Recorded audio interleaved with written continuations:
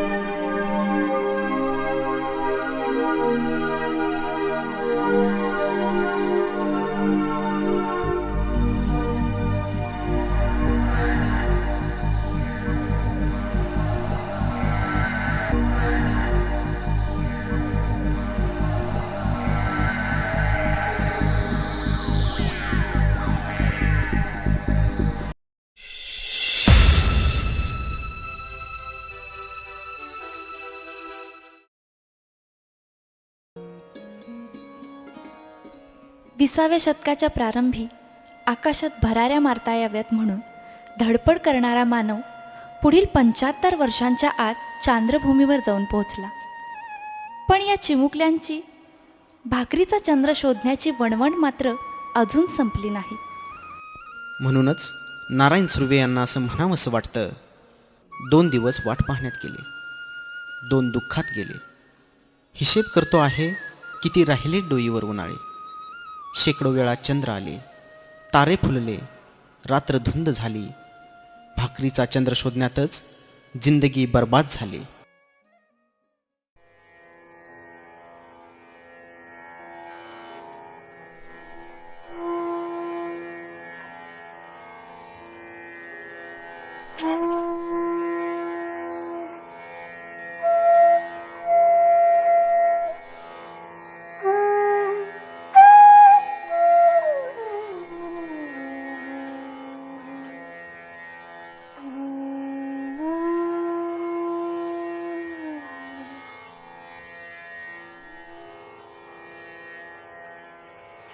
भूक काही अन्नाचीच असते असे नव्हे, ती विचारांची असते, विकासाची असते, स्वातंत्र्याची असते, जगण्याची असते, ज्ञानाची असते, सहभागाची असते, बालपणाची असते। काय ही भूक या लेकरांची भागवली जाते? हा प्रश्न माझ्याप्रमाणे तुमच्याही मनात नक्कीच असेल।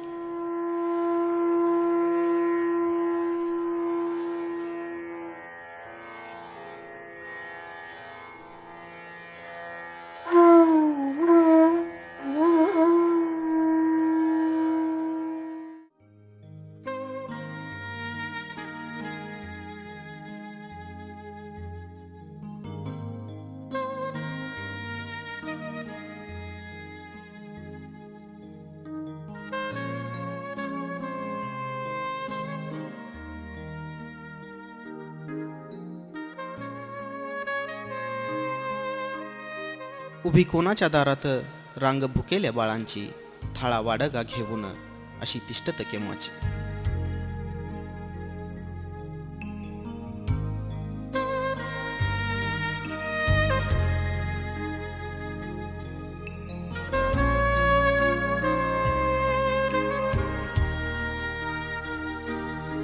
बालभिकारांची समस्या नेहमीच ऐरणीचा विषय राहिलेला आहे। त्यांच्या जीवनाचं कुतूहल प्रत्येकालाच असतं, परंतु ते ज्या अज्ञात भविष्यकाळासाठी जगतात त्याचा अंदाज आपण घेऊ शकतो का? बालभिकाऱ्यांचा प्रश्न निश्चितच एक सामाजिक प्रश्न निर्माण झालेला आहे। बाल बेकारी समस्या जी आहे ही खूप मोठी समस्या आहे. बालभिकाऱ्यांचा जो प्रश्न आहे तो एक सामाजिक प्रश्न आहे, आर्थिक प्रश्न आहे आणि मुळात सांस्कृतिक प्रश्न आहे. बाल भिकारी हे जे आहेत हा एक मोठा प्रश्न हा मोठ्या मेट्रोपॉलिटन सिटीमध्येच आहे असं नाही आहे, तर लहान शहरामध्ये आणि अगदी रुरल एरियामध्ये सुद्धा हा अगदी चिंताजनक गोष्ट आहे.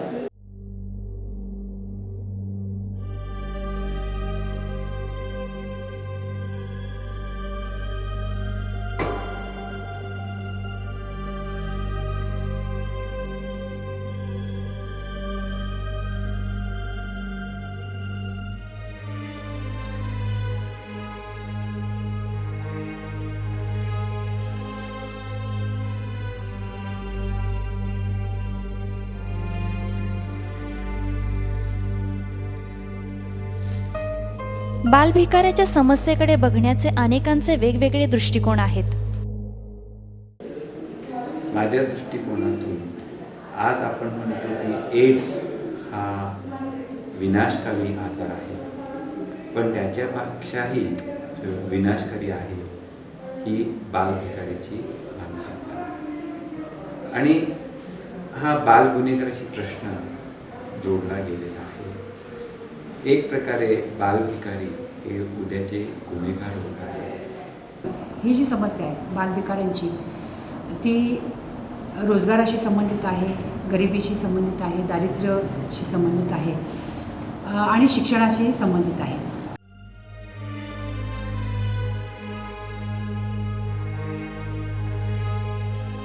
कुठलाही मुलगा स्वतःहून कधी भीक मागत नाही.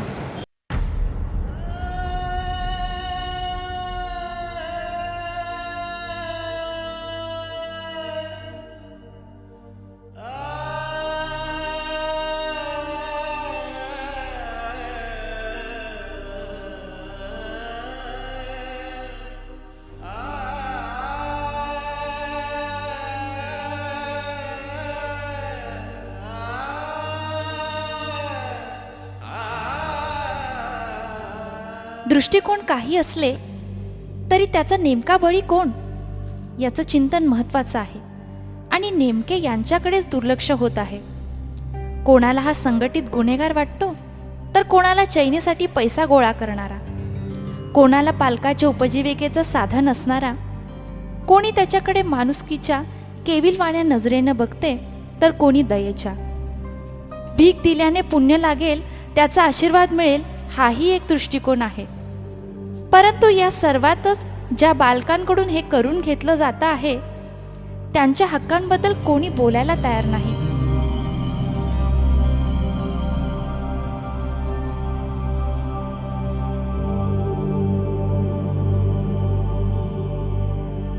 दारोदार भीक मागतात, एका दारावरून दुसऱ्या दारावर, एका बाजारातून दुसऱ्या बाजारात, एका माणसाकडून दुसऱ्या माणसाकडे, अशी त्यांची भटकंती चालूच आहे.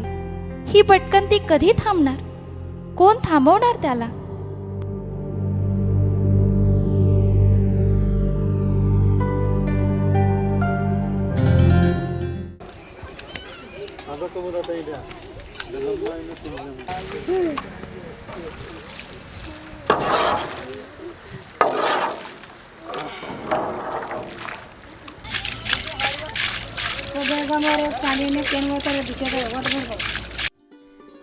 दहा डिसेंबर 1948 रोजी मानवी हक्काचा जाहीरनामा प्रसिद्ध झाला.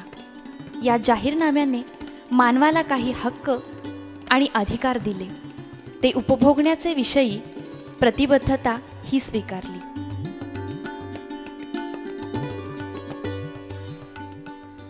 मानवी हक्क व मूलभूत स्वातंत्र्य हे मानवाचे जन्मजात हक्क आहेत.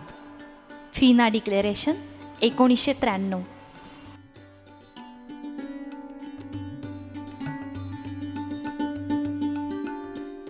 जीविताचा हक्क, स्वातंत्र्याचा हक्क, सुरक्षिततेचा हक्क, शिक्षणाचा अधिकार, चांगल्या सामाजिक व्यवस्थेत जगण्याचा अधिकार, छळाच्या विरोधात प्रतिकार करण्याचा अधिकार, बालकाला जगण्याचा अधिकार, सुरक्षेचा अधिकार, सहभागाचा अधिकार, विकासाचा अधिकार, शिक्षणाचा अधिकार, बालपणाचा अधिकार.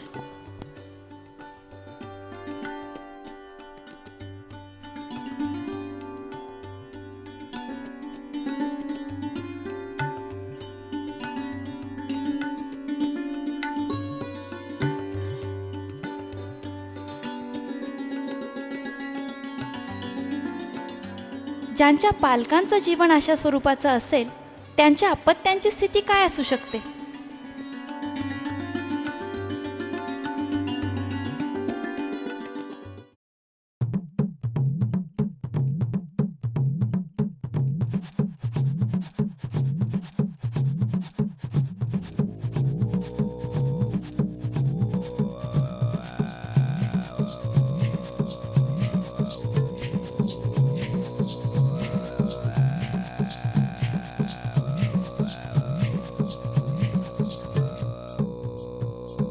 हाथ जोड़ के बोली गवर जा, हाथ जोड़ के बोली गवर जा, तीनों लोक बसाए बस्ती में, तीनों लोक बसाए बस्ती में। आप बसे वीराने में जी, आप बसे वीराने में। हाजी राम भजो जी, राम भजो जी, राम भजो जी, राम भजो जी। शिव का वंदन किया करो, हाजी शिव का वंदन किया करो जी। अकड़ बम बम बम बम बम बम बम बम बम बम लहरी, अकड़ बम बम बम बम बम बम बम बम बम लहरी, अकड़ बम बम बम बम बम लहरी, अकड़ बम बम बम बम लहरी।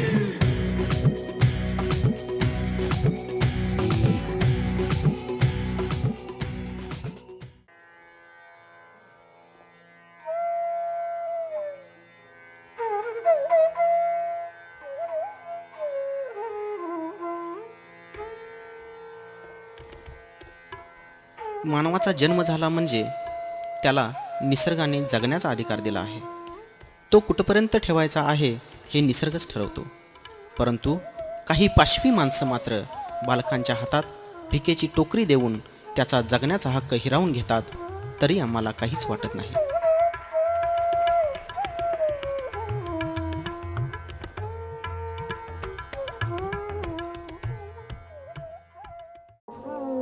ही पहा यांची सकाळ.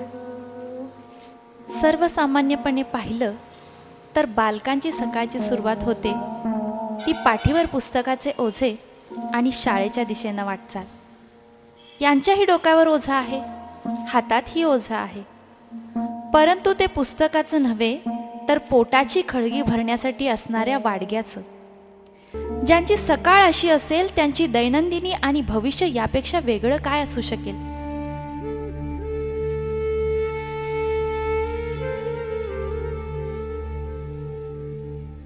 बालकाला त्याच्या शरीराची, मनाची जपणूक करावी अशी अपेक्षा असते, नव्हे तो त्याचा निसर्गदत्त अधिकार आहे. परंतु ज्या देशात प्रत्येक 30 सेकंदाला बालकाची पिळवणूक होते त्या देशात ते बालक सुरक्षित आहे काय?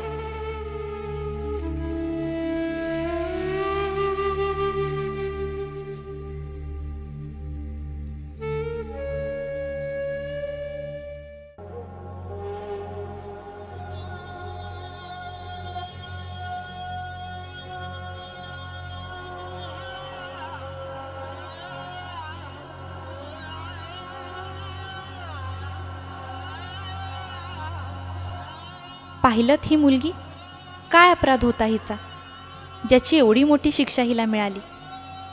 याचं कारण तुम्हाला ऐकायचंय? ही काय गोळाच्या धंद्याला 6 महिने तिकडे जातात. मग ते पोरं कुठं हे काय कुठं कुणाचं लक्ष नसतं आणि ती घाण्यावर जातात, असं गुराळावर कायली धुवून आणतात, पुन्हा शिजवतात आणि ती शिजवून ठेवलं की हे केलं गरम करून की पाल्याला जातात, पाला आणायला. पोरं आपली घरात फिरत असतात. मग ती गरम केलेलं पाणी असते त्यात ही असं बारकी हसणी काय करते, जाऊन बघून पडलं बघा. हे सगळं असं जळून बघा, हे हात दोन्ही असं होतं बघा.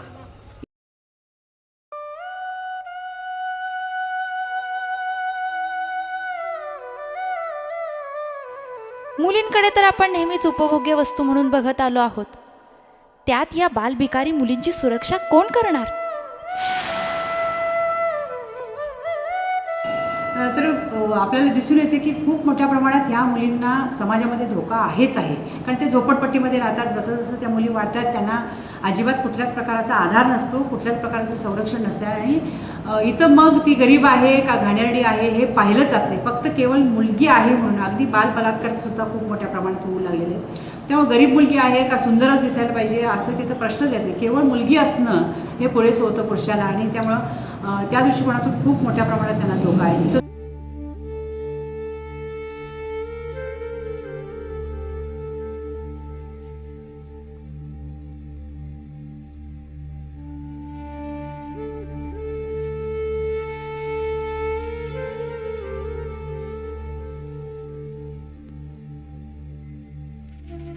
बालक व तरुणांना शोषणाचा विरोध करण्याचा अधिकार व निकोप विकासाची संधी.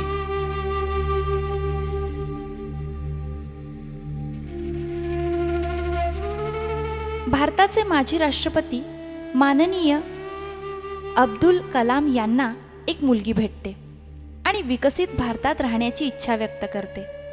तिच्या मनात महत्त्वाकांक्षा आहे म्हणून विकासही आहे.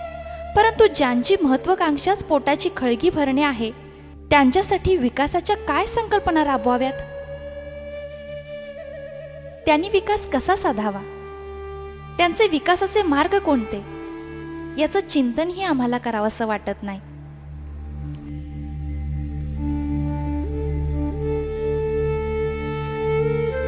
शिक्षणावरील गुंतवणूक म्हणजे सार्वजनिक क्षेत्रावर केलेला खर्च नसून दीर्घकालीन विकासासाठी केलेली ती एक गुंतवणूक आहे. विकासाचा पाया शिक्षणामुळेच घातला जात असल्याने शिक्षणाला पर्याय नाही हे गृहीत धरून सर्वांसाठी शिक्षण ही संकल्पना विकसित झाली. शाळाबाह्य मुलांसाठी वसती शाळा, महात्मा फुले शिक्षण हमी केंद्र, सेतू शाळा, राजीव गांधी संधी शाळा इत्यादी उपक्रम शासनाने हाती घेतले आहेत. तरीही बाल हक्क समितीमध्ये 29% मुले आजही शाळाबाह्य आहेत. हे शिक्षण का घेऊ शकत नसतील? यांच्या शिक्षणाचा अधिकार कोणी हिरावून घेतला?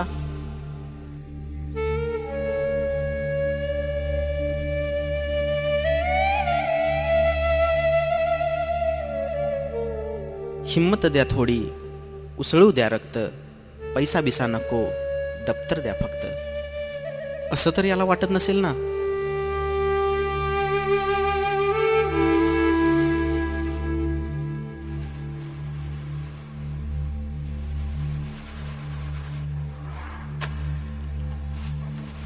चौदा वर्षाखालील बालकांना मुक्त व सक्तीचे शिक्षण.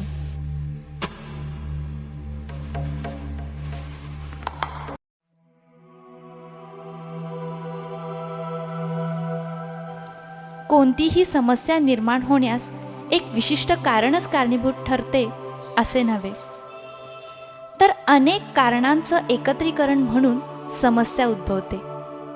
बालभिकाराची समस्या त्याला अपवाद नाही. नाही आम्हाला घर, नाही आम्हाला दार, नाही आम्हाला जागा, हातावरचं पोट 2 महिने इथं तर 3 महिने तिथं तर 4 महिने तिथं असं आम्ही परवड करतो भटके समाज. पण आम्हाला जागा बिगा काय नाही. इथं जर राहिलो तर पण हित नसली का आम्हाला उठावा, असं आम्हाला सगळ्या माणसांचा उठावाच आम्हाला सगळ्यांचंच आहे. पण त्यातल्या त्यात तरी पण आमचं पोरं डोरं जातात मागायला, एवढ्या तुकडा आणतात. ते तुकडा आणायचे, ते कालवण आणले का ना आमची तर त्याला गरम करायची आणि त्यात ते भाकरी वाळवले घालायची आणि त्याला उकळायची ना संध्याकाळी एवढं सगळ्या माणसाने घ्यायचं, जेवायचं आणि झोपायचं. अशी परिस्थिती आमची सगळ्यांचीच चालली. देवडा गावाला आमचे गोपाळ भटके समाज असेल का नाही, त्यांचं सगळ्यांचं हेच कार्य चाललं. भारतामध्ये असणारी आर्थिक विषमता ही फारच विचित्र आहे. अनेक जणांना पोट भरण्याची चिंता आहे, तर काही जणांना पोटाचा घेर कमी करण्याची चिंता आहे. जी गरीब जनता आहे, ज्यांना 2 वेळचं पोट भरून जेवण मिळत नाही, अशा कुटुंबामध्ये असणाऱ्या लहान मुलांचा प्रश्न हा सर्वात मोठा बिकट प्रश्न आहे. याच्यामध्ये प्रामुख्यानं लहान मुलांचा प्रश्न हा जास्त चिंताजनक का आहे? कारण त्यांना पोट भरून जेवण मिळत नाही, त्यांच्या सुविधा त्यांना मिळत नाहीत. अशा वेळी या लहान मुलांच्या समोर 2च पर्याय शिल्लक राहतात. एक तर मोलमजुरी करणं आणि दुसरं भीक मागणं. बांगलाला गेले तर 40 रुपये हाजरी आहे. कुठला रोजगार देतात? नुसतं 10 रुपये वाढवायला सांगितलं तर वाढवत नाही. आता गावात गेलं तर 15 रुपये 16 रुपयाने किलो हा ब्रेड झालाय, हा ब्रेड. आणि तांदूळ झालाय 14-15 रुपये किलो. आणि ती 40 रुपयाची हाजरी घेऊन घरात येऊन गावात गेलं तर काय पुरणार नाही. काय पुरणार आहे? आता तेवढं पुरत नाही म्हणताना तर आमची पोर ते मागायला जाते. 6 महिने इथं काढलं. पूर्व शाळा घातलं तर कळवर्ष जे आलं पाहिजे. यांचं 6 महिने इथं असते तर 6 महिने परगावला पोटासाठी जातात धंद्यासाठी. एकदा धंदा इथे रेग्युलर कोणाचा तर बसला तर ती पोरग शाळा जाते, बा काम करून आणतोय, ती जगते. त्यामुळं अजिबात त्यांचं जगत नाही. त्यांची परिस्थिती बेकार आहे. त्यामुळे त्यांची परिस्थितीमुळं ती तिकडं लांब जातात, गुळाला धंदाला जातात. धंदा करून आणून 6 महिन्यानंतर इथे राहतात. त्यामुळं पोरगं कुठल्या शाळेला जाऊ शकत नाही आणि पोरगं कोण शाळेतच घालत नाही. त्यामुळे इथली दाद कोण घेत नाहीत. की बालभिकाऱ्यांची समस्या ही आपली मूलभूत समस्या आहे आणि याला मुख्यतः आपला समस्त समाज आणि राजकीय नेतृत्व आणि त्याचबरोबर आपली नैसर्गिक सांस्कृतिक मूल्य सुद्धा एवढीच जबाबदार आहे.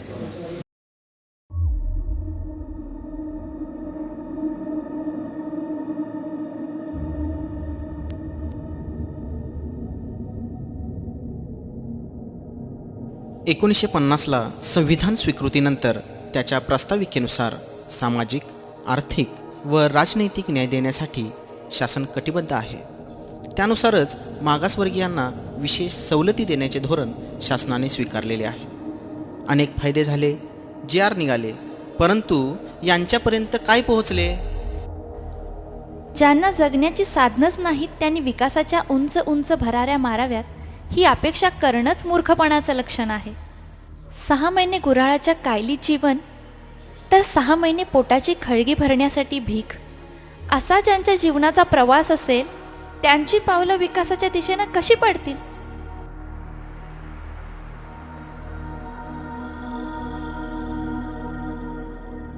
भिकाऱ्यांचे जीवन म्हणजे अस्ताव्यस्त जीवन. त्यांच्या जीवनात उजेड कुठेच दिसत नाही. त्यांच्या शिक्षणाची चिंता कोणासच नाही, ना त्यांच्या पालकांना, समाजाला, संस्थांना, ना शासनाला.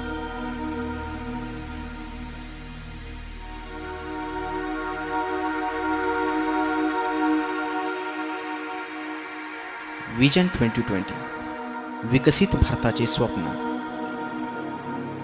मानवी विकासाची गुणवत्ता तपासावी हा विचार मागील 1-2 दशकातच सुरू झालेला दिसतो. गुणवत्तेचा निकष काय, तो कोण ठरवणार? बालभिकाऱ्यांसाठीही काही निकष आहेत काय? बालभिकारी विकसित भारताचे स्वप्न बघू शकतात काय? महासत्ता जे आहे किंवा हे सगळं काल्पनिक आहे. आर्थिक महासत्ता जे आहे ना, हे सगळं काल्पनिक आहे.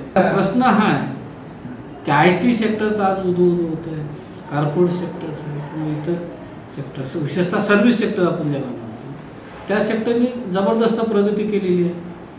त्या सेक्टरच्या माध्यमातून रोजगार निर्मिती होत आहे. त्या सेक्टरच्या माध्यमातून एक जागतिकीकरणाचं थोडंसं चित्र रंगविलं जात आहे. पण तेच सेक्टर म्हणजे भारत नव्हे, अशा सेक्टरच्या माध्यमातून किती जो काही रोजगार उपलब्ध झालेला आहे.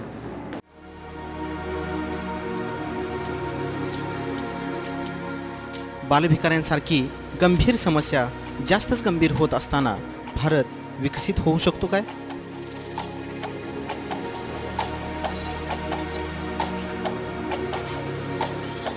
बालभिकाऱ्यांची समस्या किती गंभीर आहे यापेक्षा महत्त्वाचे आहे ते या समस्येची सोडवणूक.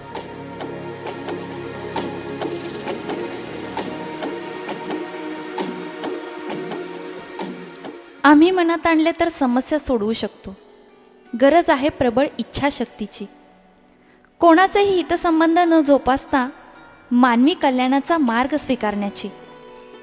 जगाला तंत्रज्ञान नव्हे तर मानव आणि समाज विज्ञान जगवते.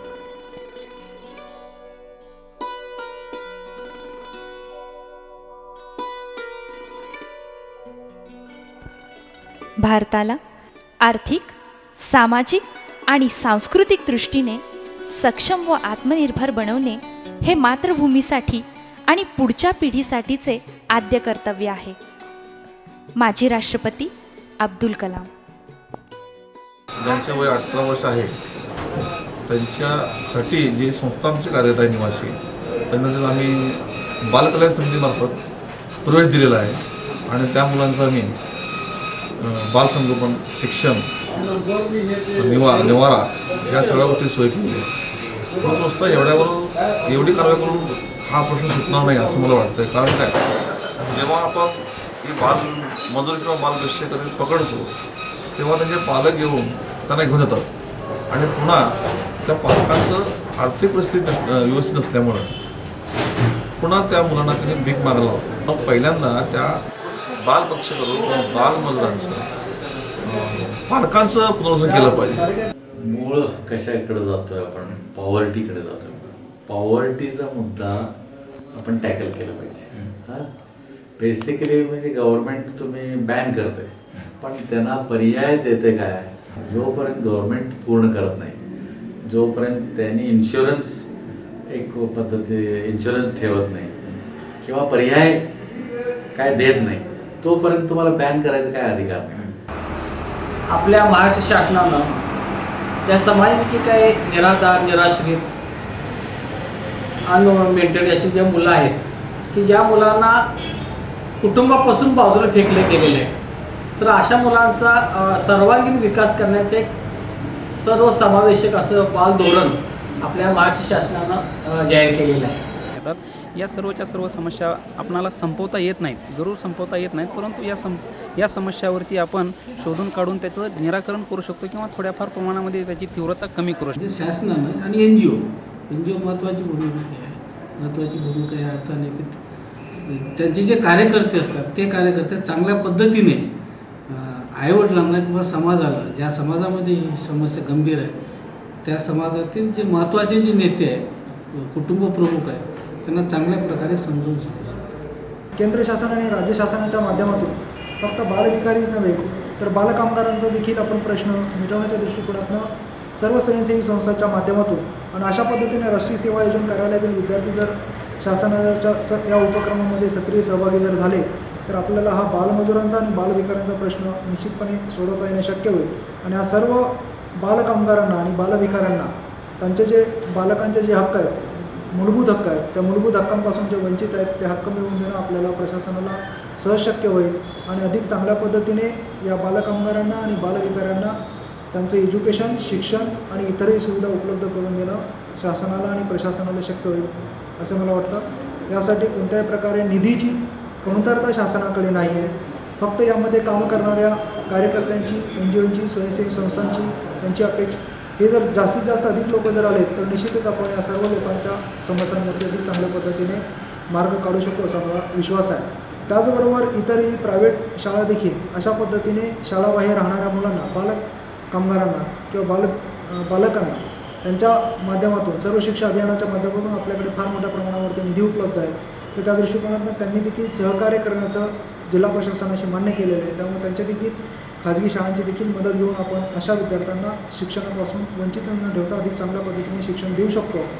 आणि निश्चितच 2020 साली आपण एक चांगल्या टप्प्यावरती आणि विकसित राष्ट्राच्या टप्प्यावरती जाण्यासाठी एक चांगलं पाऊल या माध्यमातून टाकलं जाईल अशी मला अपेक्षा आहे. मानव म्हटलं की समस्या आली आणि त्या समस्येचं उत्तरही मानवच आहे. मानवी समस्या सोडवण्याचे मार्ग जे आम्ही शोधू, ज्याच्यासाठी आम्ही कटिबद्ध राहू, तोच मानवी विकासाचा मार्ग असेल. अंधारानंतर प्रकाश हा निसर्गाचा नियम आहे, म्हणून समस्येनंतर उत्तर हाही मानवी मनाचा नियम बनला पाहिजे. जगण्याचा आणि लढण्याचा आशावादही आम्ही बाळगला पाहिजे. म्हणून तर असे म्हणता येईल, असो तिमिर दाटला उदंड आपुल्या पुढे, मशाल पेटती धरू अखंड आपुल्या पुढे, दिशेस ज्या वळू आम्ही प्रकाश टाकू चौकडे, आम्हीच सूर्यपुत्र हे आम्हास विश्वतोकडे. उगारता मुठी तुम्ही भरे न भास कापरे, पडेल पाय हा जिथे धरा तिथून पाझरे, खुणावते उमेदही प्रचंड आपुल्या पुढे.